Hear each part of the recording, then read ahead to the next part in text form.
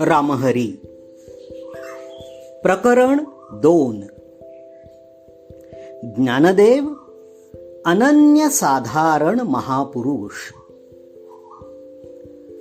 जशी भारतावर तशी मराठी प्रदेशावरही ईश्वराने कृपेची अपार वृष्टी केली आहे. अनेक सत्पुरुष येथे अवतरले आहेत.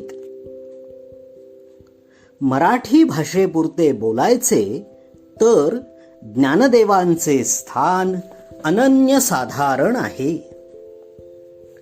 झाले बहु, होतील बहु, आहेतही बहु, परंतु या सम हा, असेच म्हणावे लागेल.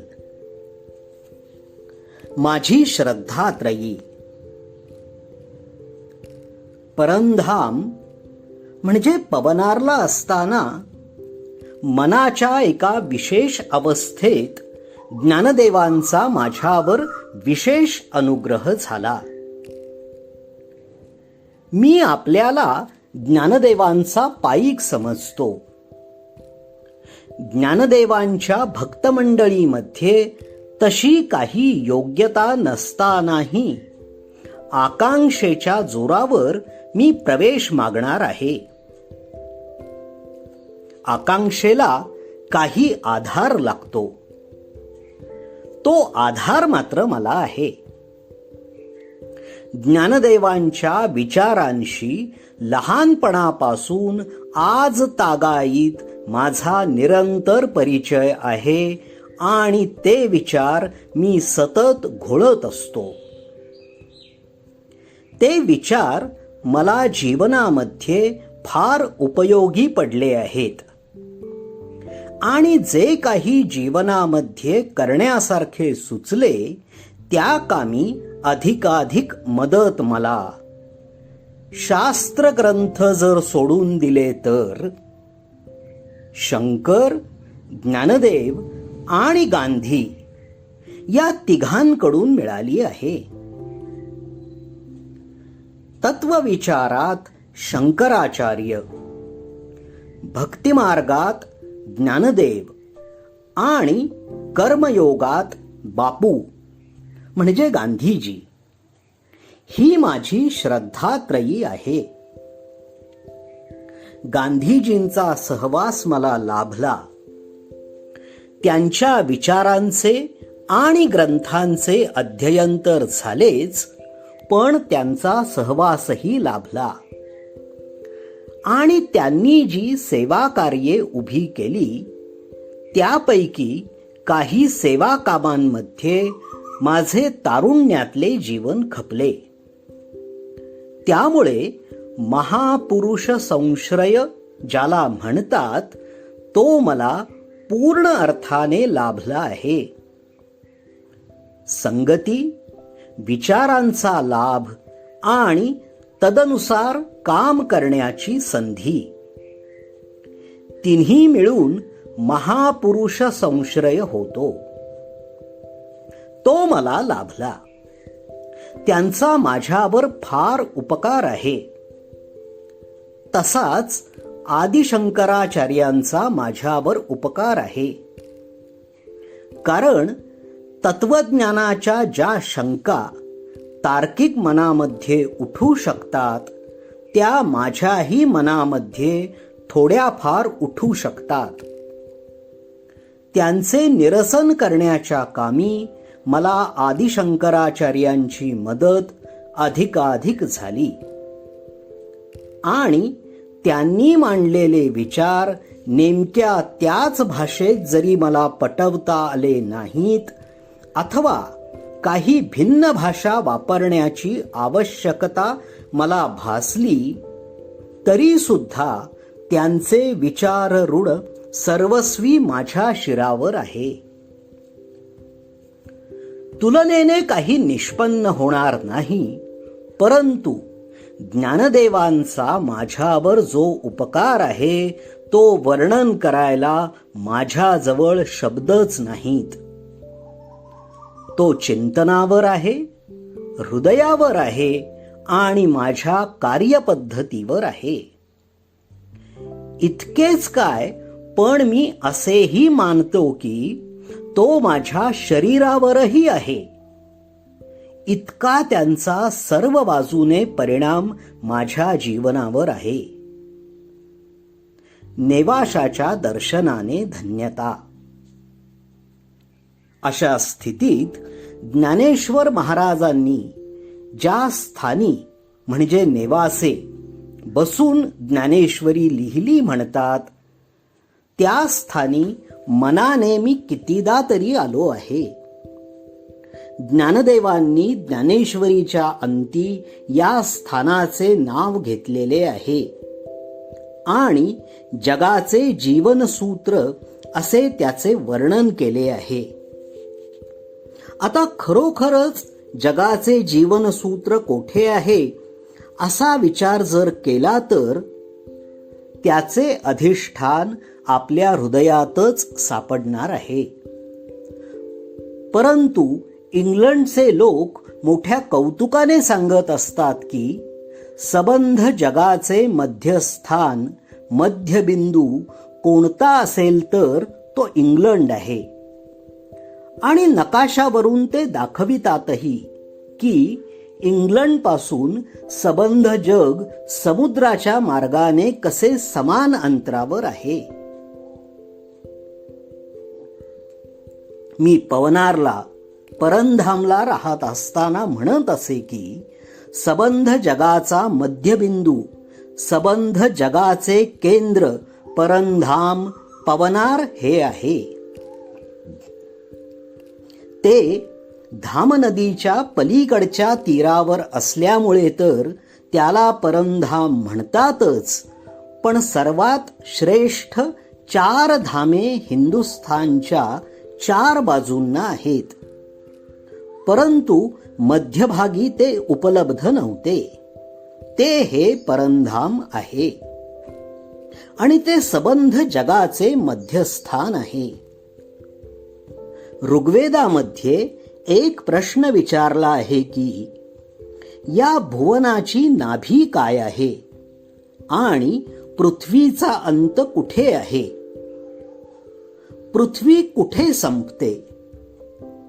ऋषीने उत्तर दिले आहे, इयं वेदिहि परो अंतः पृथिव्याः. ऋग्वेदसार मंडल 1 सूक्त 23 ऋचा 11. ही माझी वेदी आहे, म्हणजे ही ज्ञानभूमी. जिथून मला ज्ञान मिळाले आहे ती सबंध पृथ्वीचा शेवट आहे. आणि अयं यज्ञो भुवनस्य नाभिः. ऋग्वेदसार मंडल 1 सूक्त 23 ऋचा 11. हा जो मी यज्ञ करीत आहे तो सबंध भुवनाचा नाभी म्हणजे मध्यबिंदू आहे, तुंबा आहे. चक्राच्या मध्यभागी तुंबा असतो आणि त्याच्या 4 बाजूला आरे ठोकून बसविलेले असतात. तसा हा जो मी यज्ञ करीत आहे तो सबंध भुवनाचा नाभी आहे. त्याप्रमाणे ज्ञानदेवांनी जगाचे जीवनसूत्र येथे आहे असे म्हटले. ते त्यांना ज्ञानविचार येथे सुचला आणि येथेच त्यांनी तो लिहिला म्हणून म्हटले.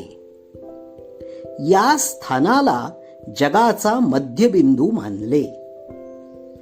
मनुष्य असे जेव्हा मानतो तेव्हा जीवन पवित्र होते. पवित्र स्थान आणखी कुठेतरी दुसरीकडे आहे आणि जिथे मी राहतो, जिथे माझे काम चालले आहे तिथेच नेमके ते नाही असे जर आपण मानू लागलो तर परमेश्वर दर्शनाची किल्ली आपण हरवली असे होईल. जेथे आपला जन्म झाला, जेथे आपल्याला सेवेची बुद्धी मिळाली, ते स्थान या त्रिभुवनात सगळ्यात जास्त पवित्र आहे.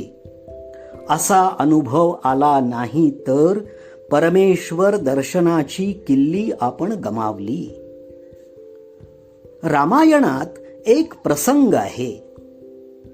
राम विमानातून अयोध्येला परत जाताना जवळच्या वानर मंडळींना अयोध्येकडे बोट दाखवून म्हणाले, ही माझी मातृभूमी आहे.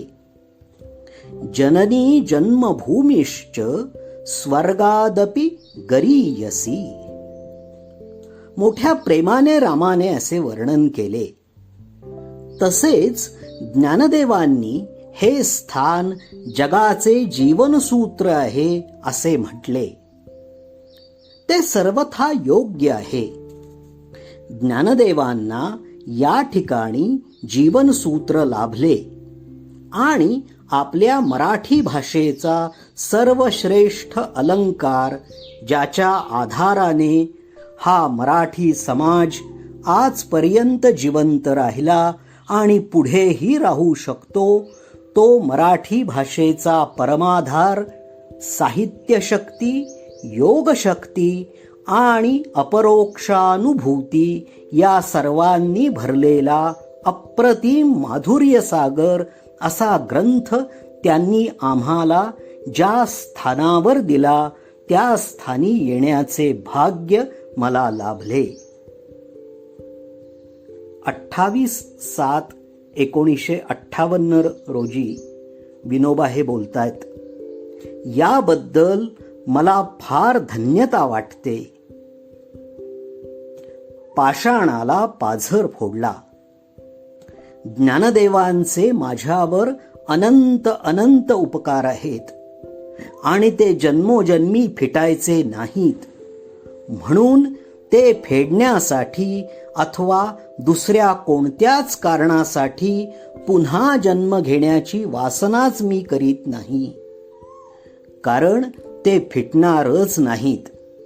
मी जे काही थोडेफार साहित्य लिहिले आहे ते ज्ञानदेवांच्या चरणी अर्पण असो अशा भावनेनेच लिहिले आहे. ज्ञानदेवांचे रहस्य मी किती समजू शकलो हे मी सांगू शकत नाही. त्याची परीक्षा त्यांनीच घ्यावी. पण मी जी 2 अक्षरे लिहिली त्याचे सर्व श्रेय केवळ त्यांनाच आहे. भाव त्यांनी मला दिले, भाषा त्यांनी मला दिली आणि जीवन प्रेरणा त्यांनी मला दिली. नाहीतर मी मूळचा फार कठोर मनुष्य आहे. जमनालालजींसारख्या फार गोड मनुष्याची संगती मला लाभली आणि गांधीजींची ही लाभली. आमचे एक मित्र विनोदाने म्हणाले होते की जरी विनोबाला गांधीत तळला आणि जमनालालजीत घोळला तरी विनोबा तो विनोबाच. तुपात तळले आणि साखरेत घोळले तरी कारले कडूच राहते, तसे याचे आहे. त्यांचे म्हणणे अगदी खरे आहे.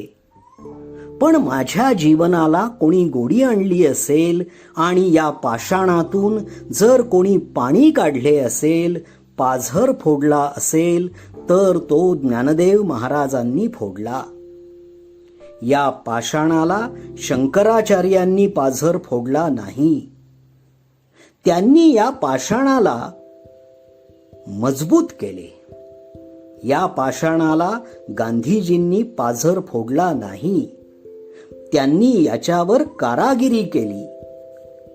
पण याच्या आतून पाणी बाहेर काढण्याचा पराक्रम मात्र कोणी केला असेल तर तो ज्ञानदेवांनीच केला. म्हणून त्यांच्या चरणाला मी वंदन करतो.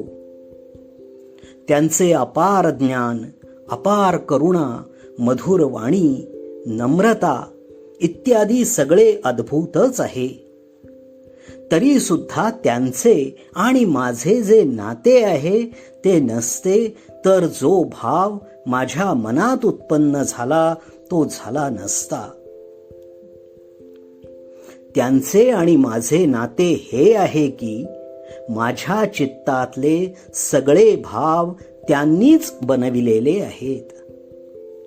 जसे पार्थाला द्रोणाचार्यांनी बनविले असे म्हटले जाते, तसे हा विनोबा ज्ञानदेवांनी बनविला आहे.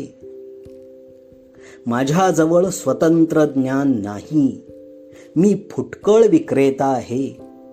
ज्ञानदेव, तुकाराम, बुद्ध, येशू, पैगंबर, शंकराचार्य, कबीर, तुलसीदास वगैरे सगळे मोठे मोठे व्यापारी आहेत. त्यांच्याकडून थोडासा माल घेऊन खेड्यापाड्यात जाऊन विकण्याचा धंदा मी करतो. ज्ञानदेवांची आज पुण्यतिथी आहे याचे मला विस्मरण झाले होते, कारण मी ज्ञानदेवांचे स्मरण वर्षातून एकदाच करत नाही, सतत करतच असतो. जय जय राम कृष्ण हरी, जय जगत.